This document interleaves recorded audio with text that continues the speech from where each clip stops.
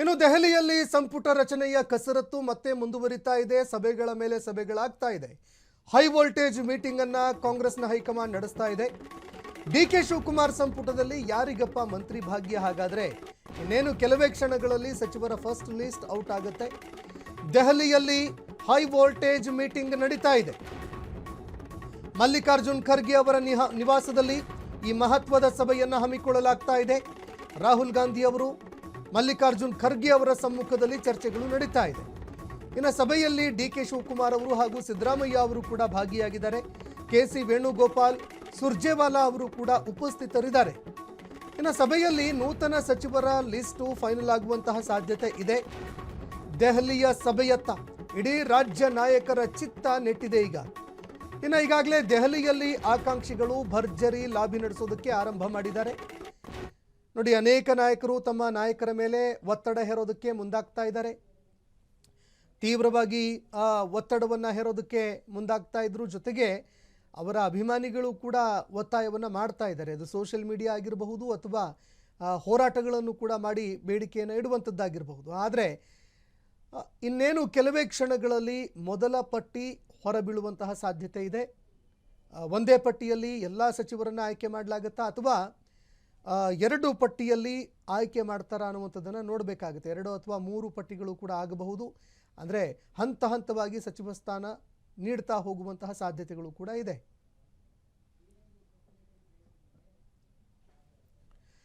ಇನ್ನು ನಾಳೆ ಸಿಎಂ ಪದಗ್ರಹಣ ಕಾರ್ಯಕ್ರಮ ನಡೆಯುತ್ತೆ. ಹೀಗಾಗಿ ಬೆಂಗಳೂರಿನಲ್ಲಿ ಖಾಕಿ ಪಡೆ ಅಲರ್ಟ್ ಆಗಿದೆ. ಈಗ ಕಮಿಷನರ್ ಸೀಮಂತ್ ಕುಮಾರ್ ಅವರ ನೇತೃತ್ವದಲ್ಲಿ ಸಭೆ ನಡೀತಾ ಇದೆ.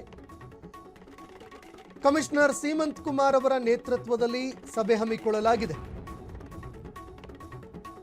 ಕೆಲವೇ ಕ್ಷಣಗಳಲ್ಲಿ ಕಮಿಷನರ್ ಅವರ ಮಹತ್ವದ ಮೀಟಿಂಗ್ ಆರಂಭವಾಗುತ್ತೆ.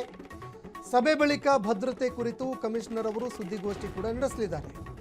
ನಾಳೆಯ ಡಿಕೆ ಶಿವಕುಮಾರ್ ಪದಗ್ರಹಣ ಸಮಾರಂಭಕ್ಕೆ ಬಿಗಿ ಭದ್ರತೆಯನ್ನ ಕೈಗೊಳ್ಳಲಾಗ್ತಾ ಇದೆ.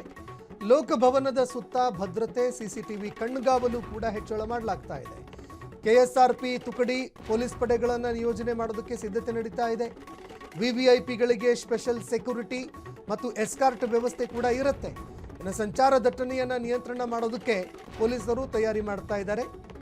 ಸಮಾರಂಭಕ್ಕೆ ಬರುವಂತಹ ಗೆಸ್ಟ್ಗಳಿಗೆ 3 ರೀತಿಯ ಪಾಸ್ಗಳನ್ನು ನೀಡೋದಕ್ಕೆ ನಿರ್ಧಾರ ಮಾಡಲಾಗಿದೆ. ಆಡಂಬರ ಇಲ್ಲದೆ ಸರಳವಾಗಿ ಡಿಕೆ ಶಿವಕುಮಾರ್ ಅವರ ಪದಗ್ರಹಣ ಕಾರ್ಯಕ್ರಮ ನಡೆಯುತ್ತೆ. ಇದಕ್ಕೆ ಸಂಬಂಧಪಟ್ಟಂತೆ ಯಾವ ರೀತಿಯಾಗಿ ಭದ್ರತೆಯನ್ನು ಕೈಗೊಳ್ಳಬೇಕು ಅನ್ನೋ ವಿಚಾರಕ್ಕೆ ಸಂಬಂಧಪಟ್ಟಂತೆ ಕಮಿಷನರ್ ಸೀಮಂತ್ ಕುಮಾರ್ ಅವರ ನೇತೃತ್ವದಲ್ಲಿ ಸಭೆ ಹಮ್ಮಿಕೊಳ್ಳಲಾಗ್ತಾ ಇದೆ. ಇನ್ನೇನು ಕೆಲವೇ ಕ್ಷಣದಲ್ಲಿ ಆ ಸಭೆ ಆರಂಭ ಆಗುತ್ತೆ. ಸಭೆಯಾದ ಬಳಿಕ ಕಮಿಷನರ್ ಅವರು ಯಾವ ರೀತಿ ಕ್ರಮ ಕೈಗೊಂಡಿದ್ದಾರೆ, ಭದ್ರತೆ ಯಾವ ರೀತಿಯಾಗಿ ಕೈಗೊಳ್ಳಲಾಗ್ತಾ ಇದೆ, ಇದರ ಬಗ್ಗೆ ಮಾಹಿತಿ ಕೊಡಲಿದ್ದಾರೆ ಸುದ್ದಿಗೋಷ್ಠಿ ಮಾಡಿ.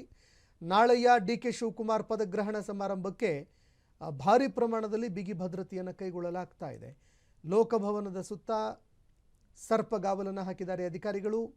ಸಿಸಿಟಿವಿ, ಕೆಎಸ್ಆರ್ಪಿ, ಪೊಲೀಸ್ ಪಡೆಗಳ ಸರ್ಪಗಾವಲು ಇರುತ್ತೆ. ವಿವಿಐಪಿಗಳಿಗೆ ಸ್ಪೆಷಲ್ ಸೆಕ್ಯೂರಿಟಿ ಮತ್ತು ಎಸ್ಕಾರ್ಟ್ ವ್ಯವಸ್ಥೆ ಕೂಡ ಮಾಡಲಾಗ್ತಾ ಇದೆ.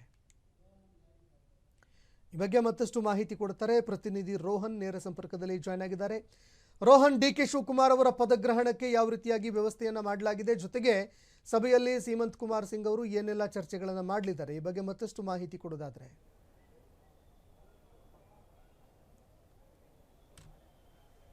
ಎಸ್ ಸಂತೋಷ್, ಏನು ನಾಳೆ ಡಿ.ಸಿ.ಎಂ ಡಿ.ಕೆ ಶಿವಕುಮಾರ್ ಇದ್ರಲ್ಲ, ನೂತನವಾಗಿ ರಾಜ್ಯದ ಮುಖ್ಯಮಂತ್ರಿಯಾಗಿ ಪದಗ್ರಹಣ ಮಾಡೋ ಒಂದು ಹಿನ್ನೆಲೆಯಲ್ಲಿ ಇವತ್ತು ಸಕಲ ಸಿದ್ಧತೆಗೆ ಒಂದು ತಯಾರಿಯನ್ನು ಕೂಡ ಈಗಾಗಲೇ ಸಾಕಷ್ಟು ಮಾಡ್ಕೊಳ್ತಾ ಇದ್ದಾರೆ. ಇವತ್ತು ಕಮಿಷನರ್ ಆಫೀಸ್ನಲ್ಲಿ ಮಧ್ಯಾಹ್ನ 4 ಗಂಟೆ ಬಳಿಕ ಒಂದು ಪ್ರೆಸ್ ಮೀಟನ್ನು ಕರೀತಾರೆ. ಆ ಪ್ರೆಸ್ ಮೀಟ್ನಲ್ಲಿ ನಾಳೆ ರಾಜಧಾನಿಯಲ್ಲಿ ಸಾಕಷ್ಟು ಒಂದು ದಟ್ಟಣೆ ಉಂಟಾಗೋದ್ರಿಂದ ಗಣ್ಯಾತಿಗಳು ವ್ಯಕ್ತಿಗಳು ಬರ್ತಾ ಇರ್ತಾರೆ. ಹಾಗಾಗಿ ಡಿ.ಕೆ ಶಿವಕುಮಾರ್ ಅವರ ಹಿತೈಷಿಗಳು ಬರ್ತಾರೆ, ಅವರ ಅಭಿಮಾನಿಗಳು ಬರ್ತಾರೆ.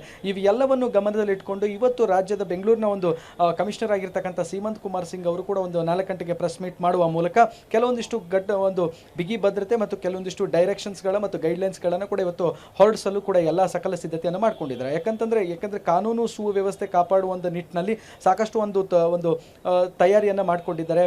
ನಾಳೆ ಒಂದು ನಾನಾ ಭಾಗಗಳಲ್ಲಿ ಮತ್ತು ನಾನಾ ಒಂದು ಜಿಲ್ಲೆಗಳಿಂದ ಆಗಮಿಸ್ತಾ ಇರುವಂತಹ ದೊಡ್ಡ ಮಟ್ಟದ ಸಂಖ್ಯೆ ಲಕ್ಷಾಂತರ ಜನ ಕೂಡ ರಾಜಧಾನಿಯತ್ತ ಕೂಡ ಕಾಲಿಡುವ ಒಂದು ಹಿನ್ನೆಲೆಯಲ್ಲಿ ಇವೆಲ್ಲವನ್ನು ಗಮನದಲ್ಲಿ ಇಟ್ಕೊಂಡು ಒಂದು KSRPಯನ್ನು ಸಾಕಷ್ಟು ಒಂದು ಪೊಲೀಸ್ ಬಿಗಿ ಬಿಗಿ ಭದ್ರತೆ ಬೆಂಗಳೂರು ಮೂಲೆ ಮೂಲಕೂ ಕೂಡ ಮತ್ತೆ ಲೋಕಭವನದತ್ತೂ ಕೂಡ ಎಲ್ಲವನ್ನು ಕೂಡ ಈಗ ಪೊಲೀಸ್ ಅಧಿಕಾರಿಗಳನ್ನು ಕೂಡ ನಿಯೋಜನೆಯನ್ನು ಮಾಡಲಾಗುತ್ತೆ. ಯಾಕಂತಂದ್ರೆ ಯಾವುದೇ ರೀತಿಯಾದಂಥ ಅಹಿತಕರ ಘಟನೆ ನಡಿಬಾರ್ದು, ಕಾನೂನು ಸುವ್ಯವಸ್ಥೆ ಹದಗೆಡಬಾರ್ದು ಅನ್ನೋ ಒಂದು ನಿಟ್ಟಿನಲ್ಲಿ ಕೂಡ ಇವನ್ ಎಲ್ಲವನ್ನು ಕೂಡ ಈಗಾಗಲೇ ಒಂದು ಸಿದ್ಧತೆಯನ್ನು ಕೂಡ ಈಗಾಗಲೇ ಮಾಡ್ಕೊಂಡಿದ್ದಾರೆ.